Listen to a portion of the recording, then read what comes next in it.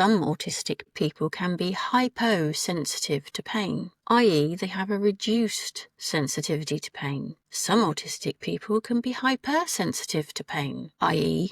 they react more strongly to pain. But some autistic people, such as myself, can be hyper and hyposensitive to different types of pain. Autistic people can have what is known as a flat affect, which means that they don't show expression on their face. Not showing pain on your face does not mean that you are not feeling pain. Interoception is the feeling of what's happening inside your own body. So autistic people's responses can be blunted or confused. So we don't always know what our brain is interpreting as what's happening inside our own body. Some autistic people, for example, might not be aware of their own heartbeat starting to race, and some autistic people might not notice pain at all and then won't know they're injured until they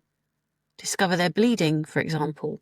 Some autistic people feel emotional pain more strongly than physical pain, or they might mislabel physical pain as something else. Some autistic people are so good at masking that we hide our response to everything. In fact, we can hide our responses so well, we even hide it from ourselves. We may get abnormal responses to sensory input. There is something called a sensory modulation disorder, which can affect autistic people. So as an autistic person, if you do get that feeling that something's not right, something's off, then you might need to physically check your body for injuries to actually see if there is something that's physically wrong that you're reacting to on an emotional level or on an internal level, because you can't always rely on what your body is telling you. I think it's probably also important